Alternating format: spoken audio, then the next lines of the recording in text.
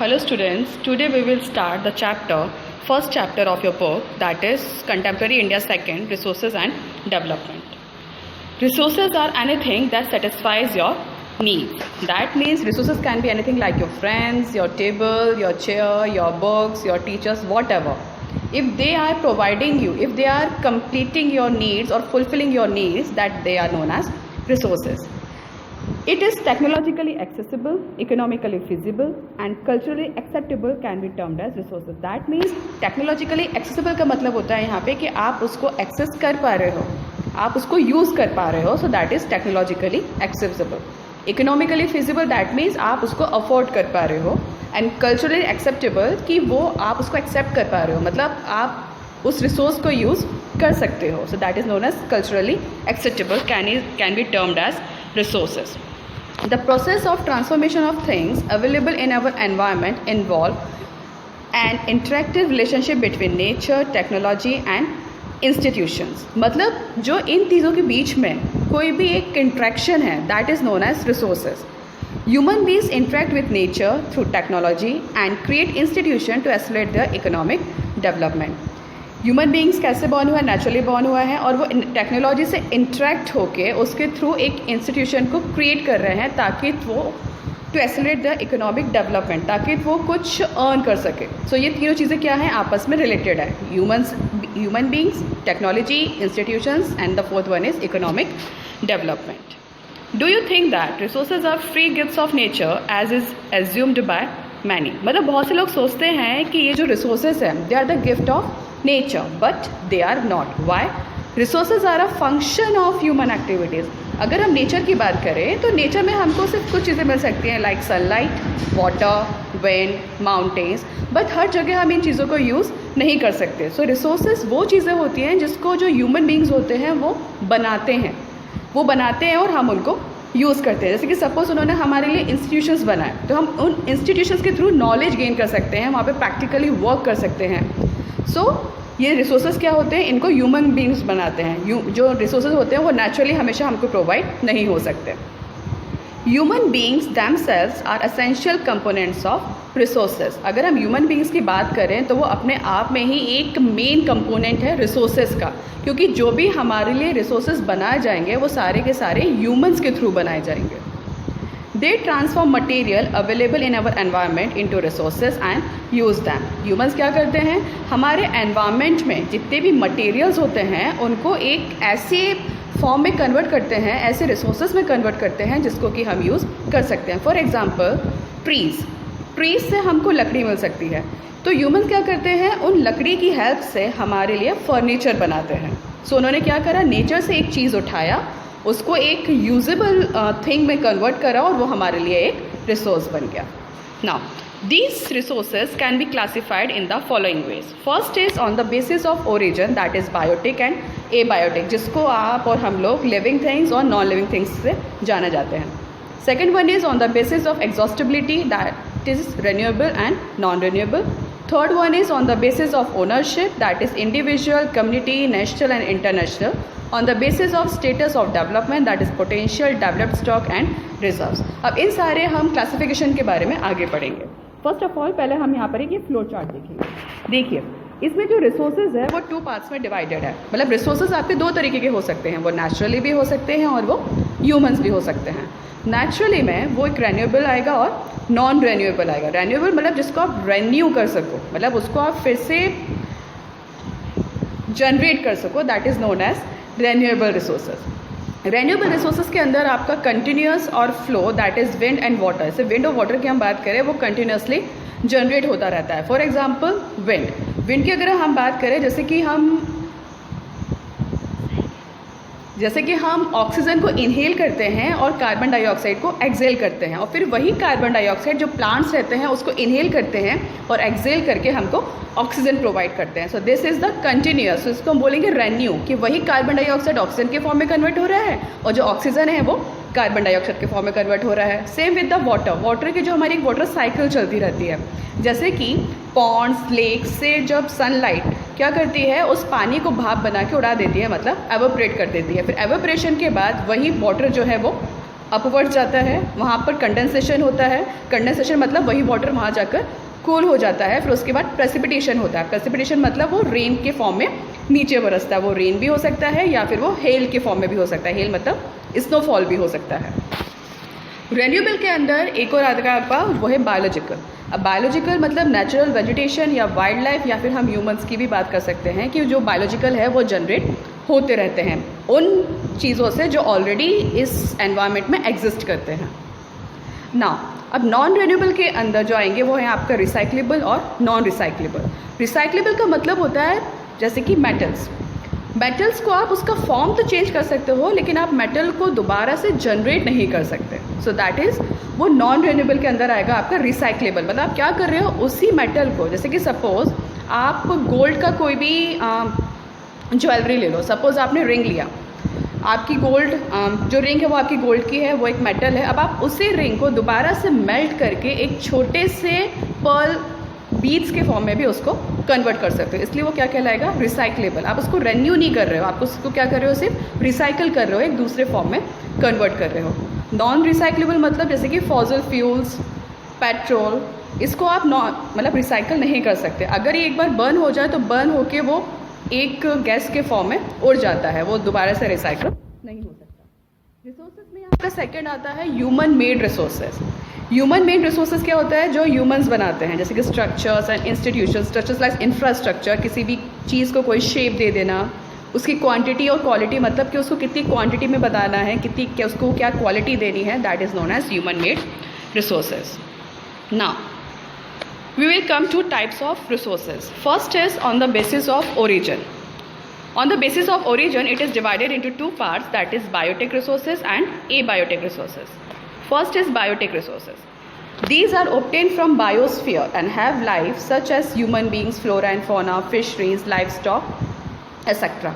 अब now these are obtained from biosphere. What is biosphere? Biosphere, we can say that the environment around us with the help of wind, water, that is known as biosphere. तो ये जो living beings हैं, इनका जो generation है वो सिर्फ और सिर्फ बायोस्फीयर में ही आ सकता है, क्योंकि अगर वाटर, विंड या फिर सनलाइट अगर ये ना हो तो कोई भी लिविंग बीइंग जो है वो इस धरती पे बॉर्न नहीं हो सकता।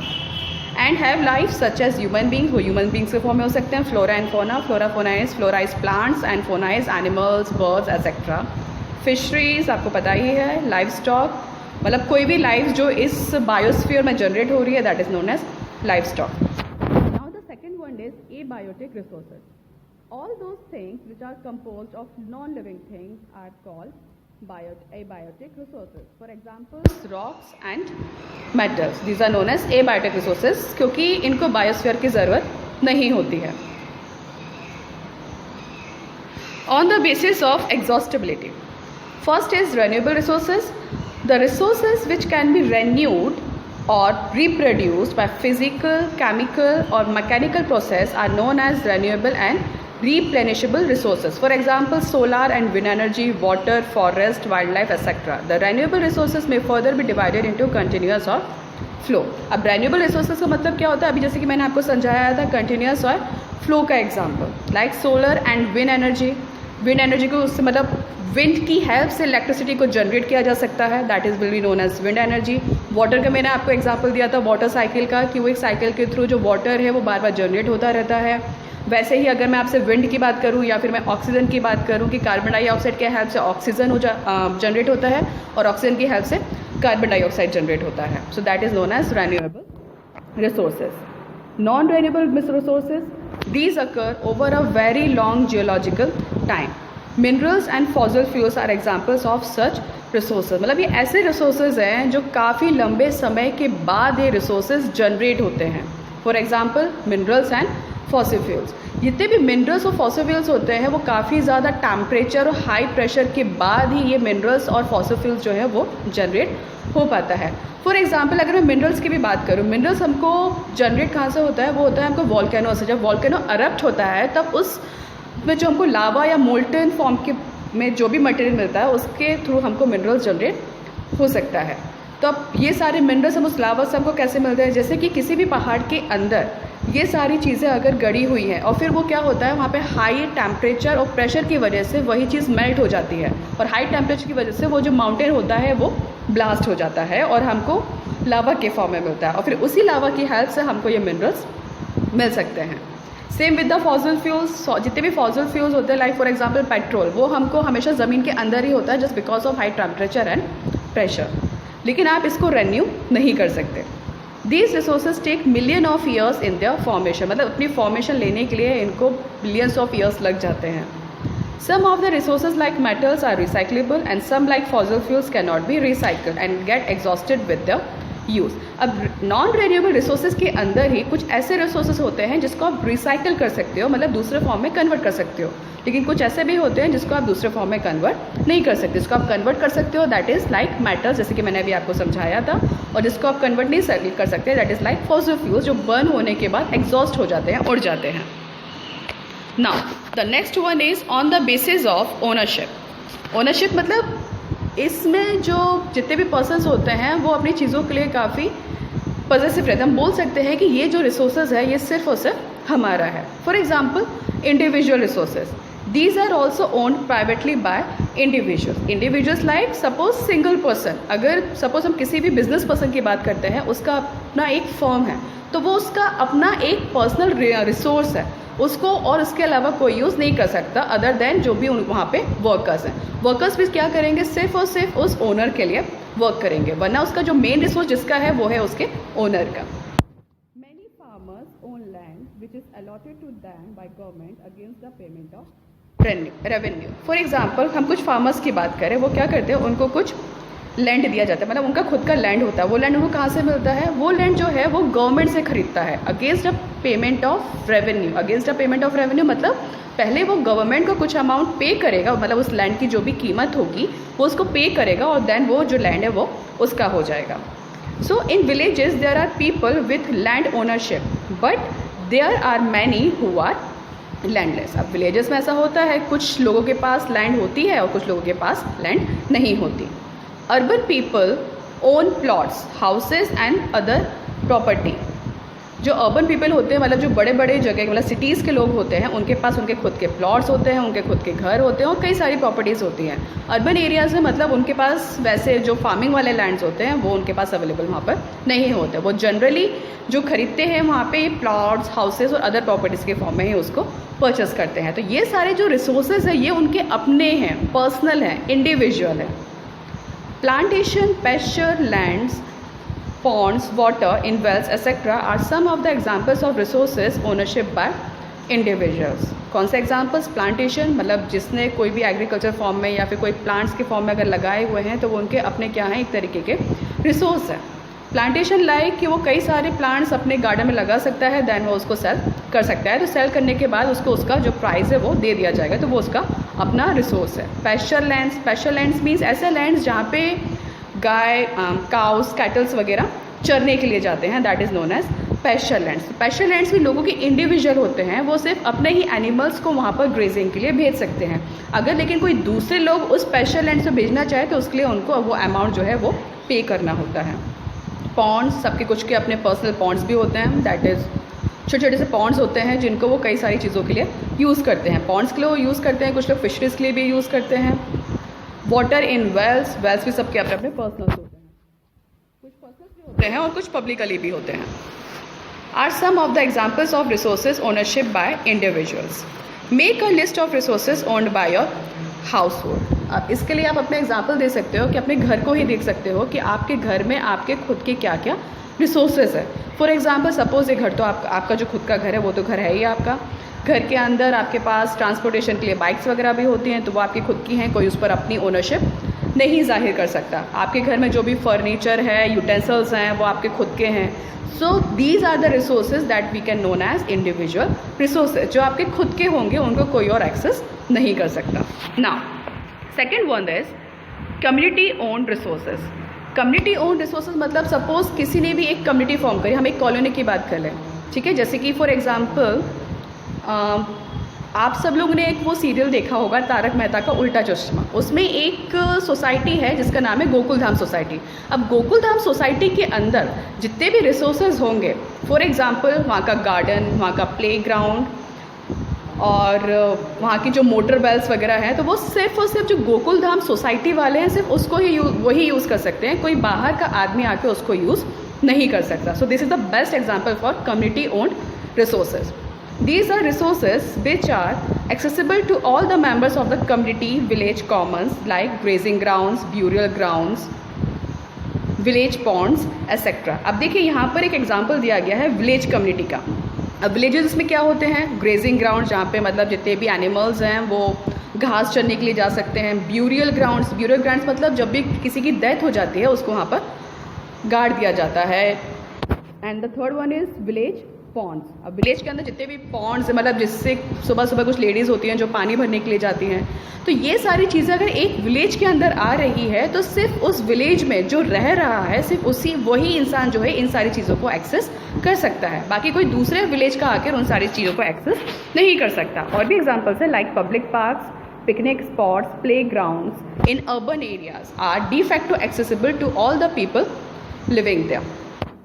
Now the next one is national resources. Technically all the resources belongs to nations. अब यहाँ पे उन resources की बात की जा रही है जो कि उस particular nation के अंडर में आते हैं, ठीक है। The country has legal powers to acquire even private property for public good. You might have seen roads, canals, railways being constructed on fields owned by some individuals. Urban development authorities can get empowered by the government to acquire land. हाँ, for example national resources की बात करें तो इसमें मैं आपको एक example से समझाती हूँ। सपोज इंडिया में कोई भी लैंड है किसी भी स्टेट में, ठीक है, ये स्टेट वाइज भी हो सकता है, नेशन वाइज भी हो सकता है। इंडिया में कोई भी लैंड है तो इंडिया के उस लैंड को सिर्फ एक इंडिया का पर्सन या फिर इंडियन सिटीज़न ही उस लैंड को परचेज कर सकता है। लेकिन कोई एक ऐसा पर्सन जो दूसरे नेशन से आया है, सपोज पाकिस्तान से आया है, तो वो पाकिस्तान का जो पर्सन है वो यहाँ आकर उस लैंड को ओन नहीं कर सकता, मतलब उस लैंड को नहीं कर सकता। तो ये हमारे आगे कुछ रूल्स होते हैं जो हमको ये प्रोवाइड करते हैं कि ये जो इस नेशन की रिसोर्सेज है हम उसको एक्सेस कर सकते हैं। All the minerals, water resources, forest, wildlife, land within the political boundaries and oceanic area up to 12 nautical miles kilometer from the coast termed as territorial water and resources there belongs to the nations। मतलब इतना समझ में आ रहा है, Nations के अंदर जितने भी रिसोर्सेज आएंगे हम उसको एक्सेस कर सकते हैं, लेकिन हमारे नेशन के बाहर का अगर कोई पर्सन यहाँ पर आता है तो वो उस नेशन यहाँ के रिसोर्सेज को एक्सेस नहीं कर सकता। सेम हमारे साथ भी अगर हम किसी और दूसरे नेशन में जाकर रहते हैं, जब तक कि हमको वहाँ की सिटीजनशिप नहीं मिल जाती तब तक हम वहाँ के किसी भी रिसोर्सेज को एक्सेस नहीं कर सकते, हम मतलब उस पर अपनी ओनरशिप नहीं बता सकते। Next one is international resources.